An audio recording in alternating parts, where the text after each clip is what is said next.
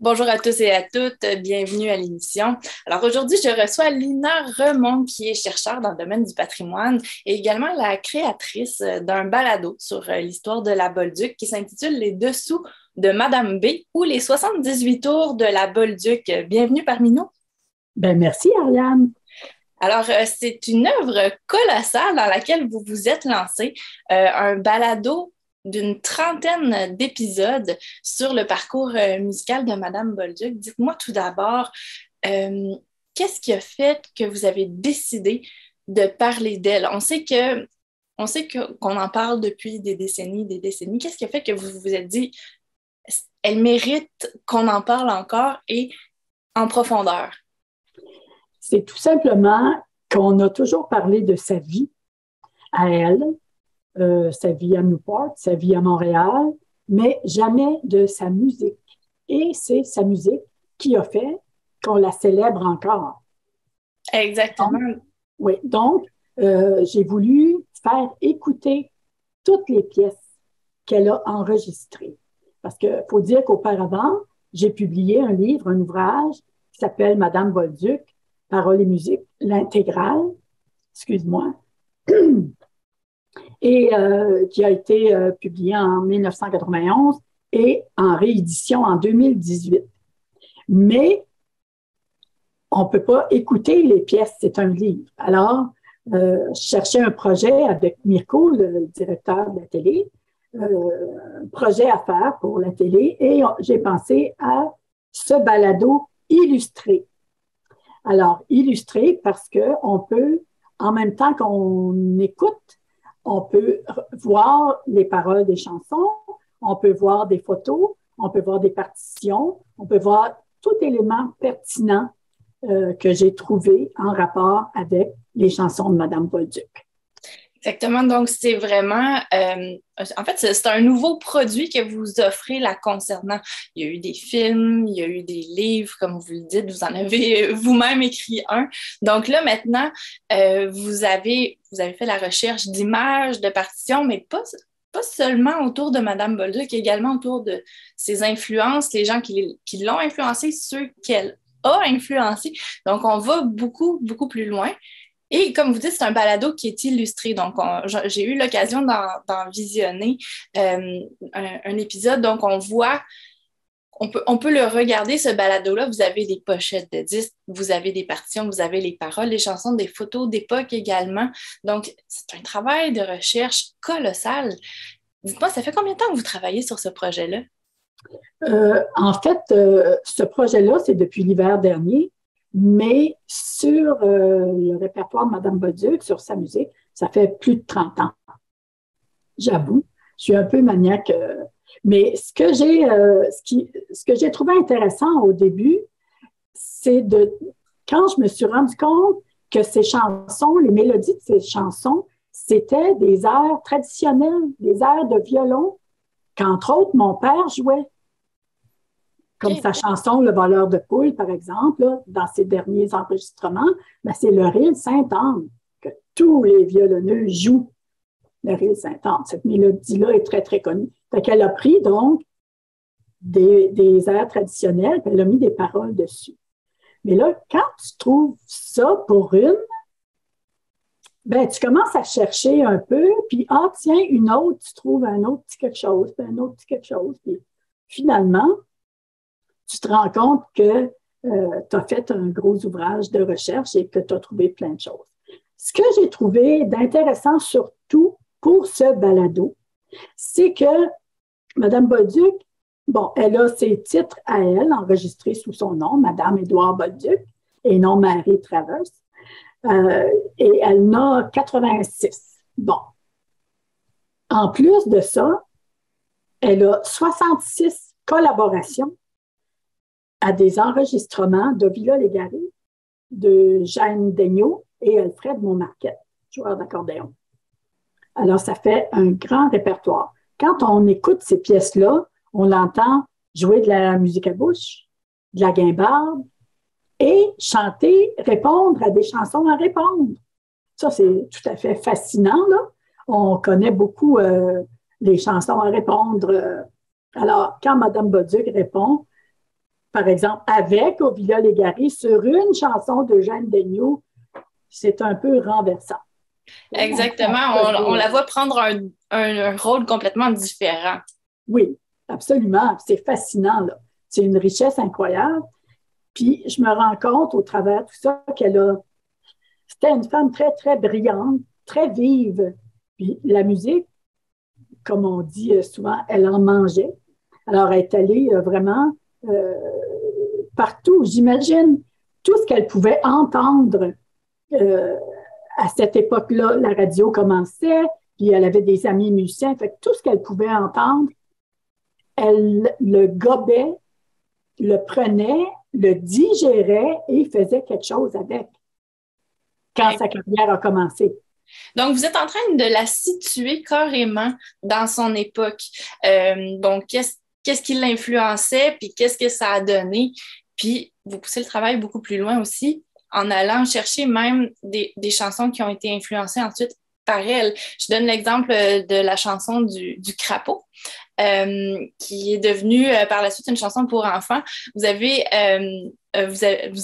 présenté dans votre balado une version acadienne de cette chanson-là, mais je me rappelle moi-même, dans mon enfance, je crois que ça avait été repris aussi par Carmen Campagne, et on chantait cette chanson-là à la maison. Donc, on voit vraiment que non seulement il y a eu des influences qui ont influencé l'artiste, mais également qu'elle a laissé sa trace.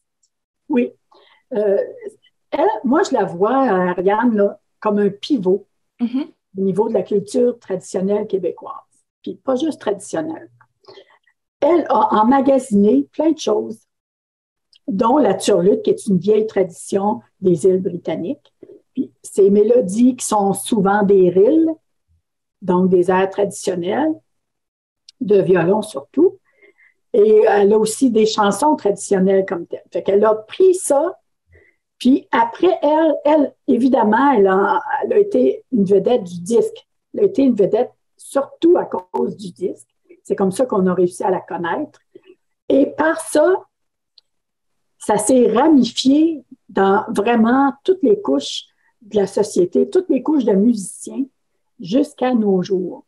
Vraiment, on l'entend encore souvent. Moi, mettons que j'ai un petit peu l'oreille à Mme Bolduc, mais je l'entends partout.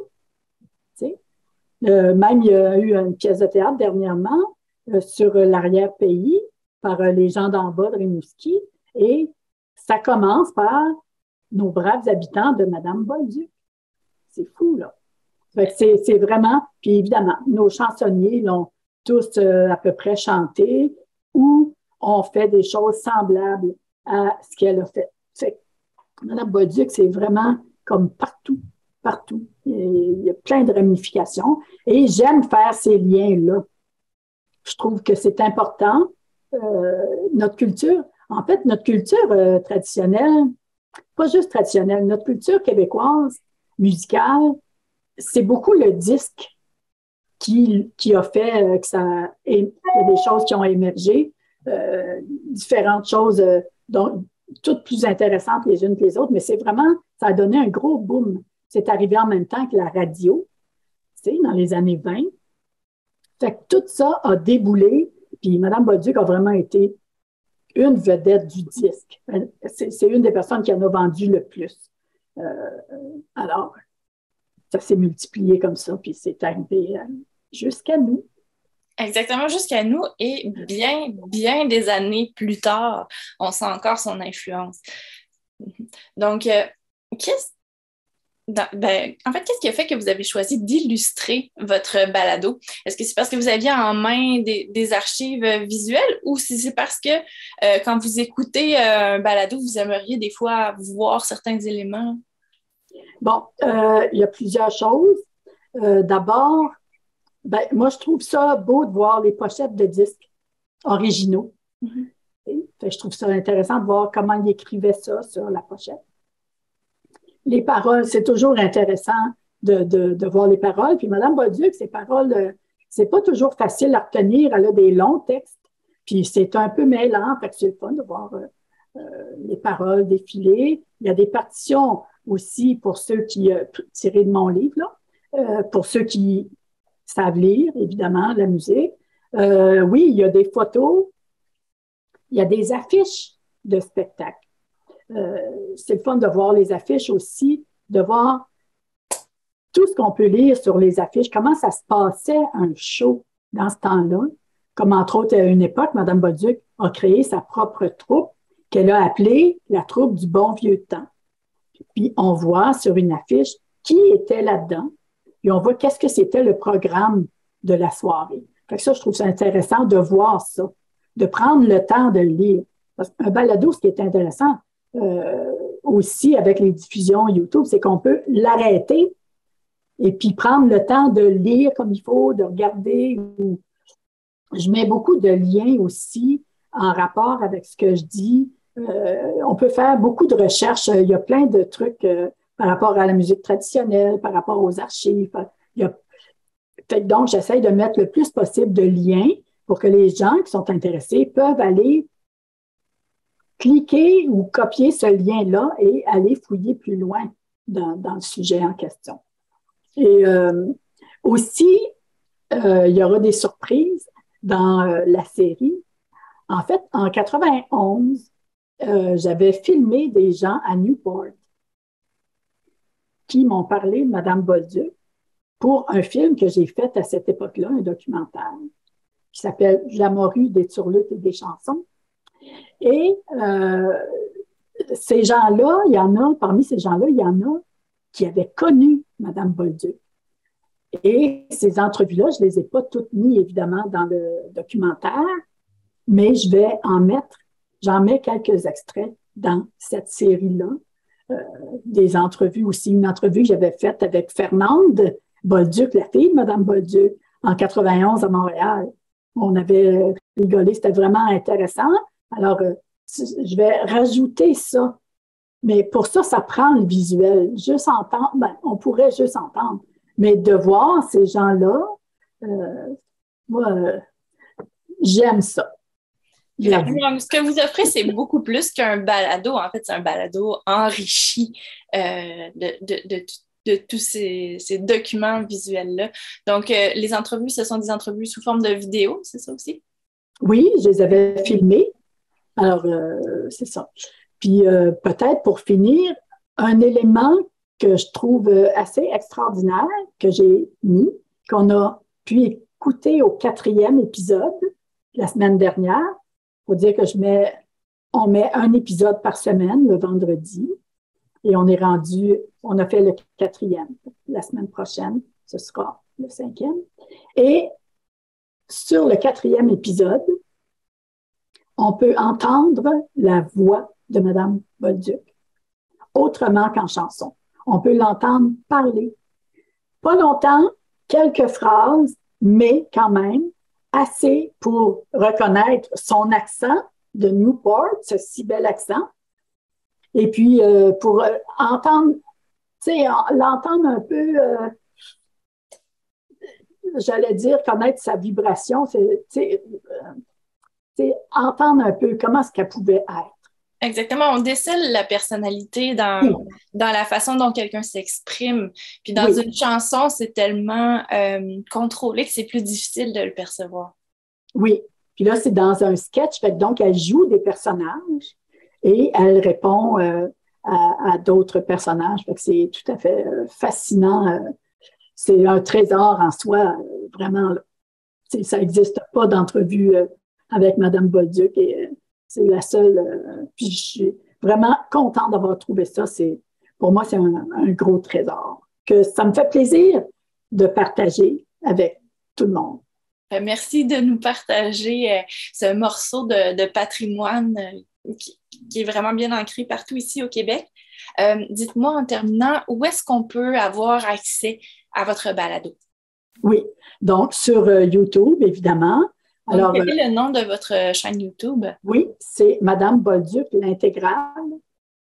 Et on peut l'écouter aussi sur les plateformes de la télé communautaire, donc par la télé ou par leur page YouTube aussi. Fait qu'on peut le trouver donc à plusieurs endroits. Et le petit titre que j'ai trouvé, Les dessous de Mme B ou Les 78 tours de Mme Bolduc. Exactement. Donc, sur les ondes de TV-CGR, comme vous disiez, il y a jusqu'à présent 4 épisodes qui sont diffusés, qui sont tous disponibles d'ailleurs sur le site tvcgr.com. Et éventuellement, j'imagine que vous aimeriez que votre série de balado voyage. Oui, absolument. En fait, moi, je suis très contente de parler de la musique de Mme Bolduc parce que pour faire mes recherches, il n'y avait rien qui parlait de sa musique. Ça ne parlait que de sa vie. Puis sa vie, c'est sa vie. Bon. Mais c'est sa musique qui est importante pour moi. Alors, d'avoir fait ces recherches-là, chercher, mais vraiment des heures incalculables de recherche, évidemment, au travers de ces 30 ans de recherche. Je trouve encore des choses d'ailleurs. Et ça me fait très plaisir de les partager pour qu'enfin on fasse un meilleur portrait de Mme Bolduc avec vraiment son esprit tout à fait fascinant, d'une musicalité incroyable. Très bien. Donc, Lina Remond, merci énormément pour cet entretien et à tous, je dis également bon visionnement. Merci, Ariane. Vous écoutez votre reflet d'ici. Revoyez tous nos reportages sur notre site Internet. Vous recherchez l'endroit par excellence pour offrir un cadeau qui sort de l'ordinaire? La serre Petite Rosée de Cap-d'Espoir. Pour souligner de façon particulière un événement qui vous tient à cœur, pour des conseils judicieux et la certitude de dénicher un cadeau qui marquera l'imaginaire, faites confiance à nos produits de qualité. Service de fleuriste sur place. Pour un service courtois et des conseils avisés, venez visiter la serre Petite Rosée de Cap-d'Espoir.